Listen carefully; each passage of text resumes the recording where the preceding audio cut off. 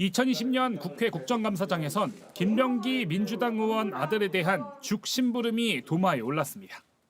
공군소장이 대대장에게 이제 의원 아들이 아프니까 죽심부름을 시켰다. 민원이 올라오자 민원인 색출하라고 이렇게 지시를 했다.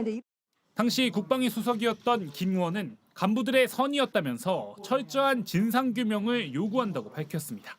제가 국방위에 있는 것이 혹 진상규명에 방해가 된다면 말씀해 주십시오.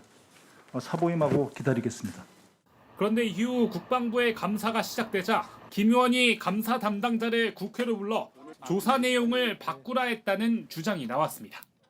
당시 보좌진이었던 A씨는 JTBC에 김 의원이 아들은 죽을 한 번 받았는데 왜 두 번이나 판단하냐 항의했다면서 영수증이 2장 있었지만 김 의원이 바꾸라고 하니 알겠다고 하고 돌아갔다고 말했습니다.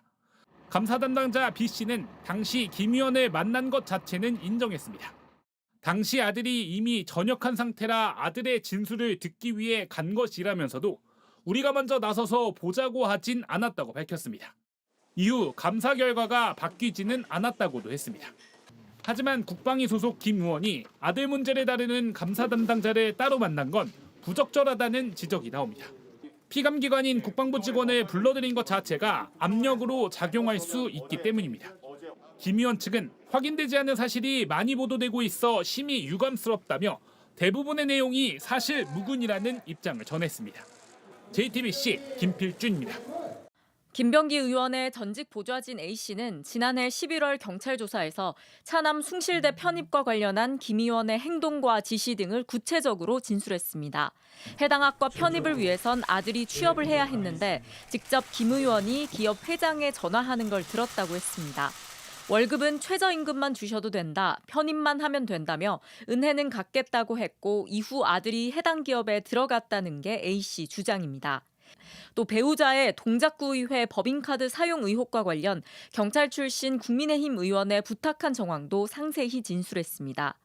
해당 의원이 당시 서장에게 무리하게 수사하지 말라고 전화하는 걸 들었다며 흡족해 했다고 했습니다. 김 의원은 모두 사실 무근이라는 입장입니다.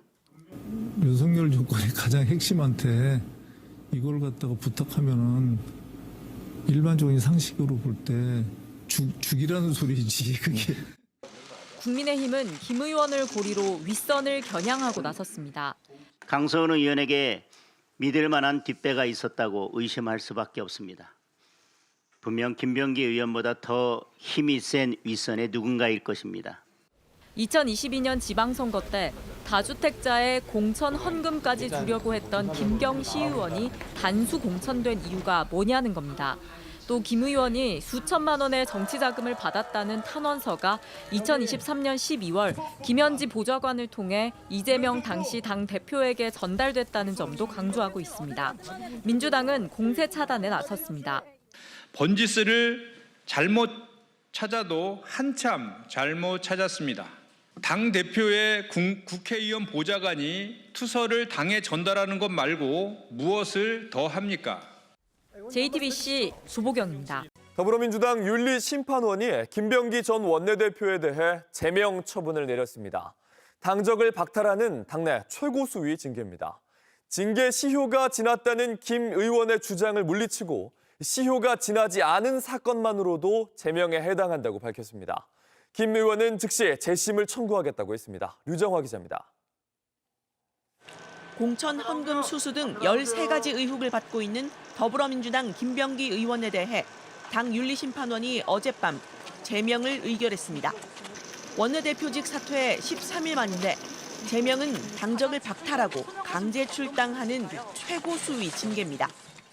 징계 시효의 완성 여부, 사안의 중대성 등을 종합적으로 고려하여 심의 안건에 대해서 제명 처분을 의결하였습니다.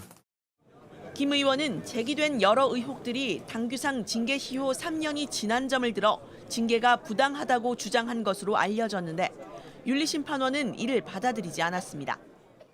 징계 시효가 완성되지 않은 수개의 징계 사유만으로도 그 제명 처분에 해당된다는 보도된 대로 대한항공 등 여러 가지 쿠팡 등 이렇게 것들이 다 포함되어 있습니다. 시효가 지난 사건은 징계 양정에 참고가 된다는 게 대법원 판례란 설명인데 2020년 강선우 의원의 1억 수수 묵인, 2022년 공천헌금 3천만 원 수수 및 부인의 업추비 유용 등 주요 의혹들이 이에 해당됩니다. 김병기 의원은 즉시 재심을 청구하겠다고 밝혔습니다. 의혹이 사실이 될 수는 없다며 이토록 잔인한 이유가 뭐냐고 썼습니다. 의혹에 대해서 무고함이 밝혀질 수 있도록 충실하게 답변하겠습니다. 네, 이상입니다. 앞서 윤리심판원 결정에 따라 징계 확정 절차를 밟겠다고 했던 당 지도부는 재심 여부를 지켜볼 예정입니다. 당규상 재심은 윤리심판원 과반 찬성으로 개시될 수 있습니다. 제명 징계는 의원총회에서 과반 찬성 표결로 확정됩니다. JTBC 유정화입니다.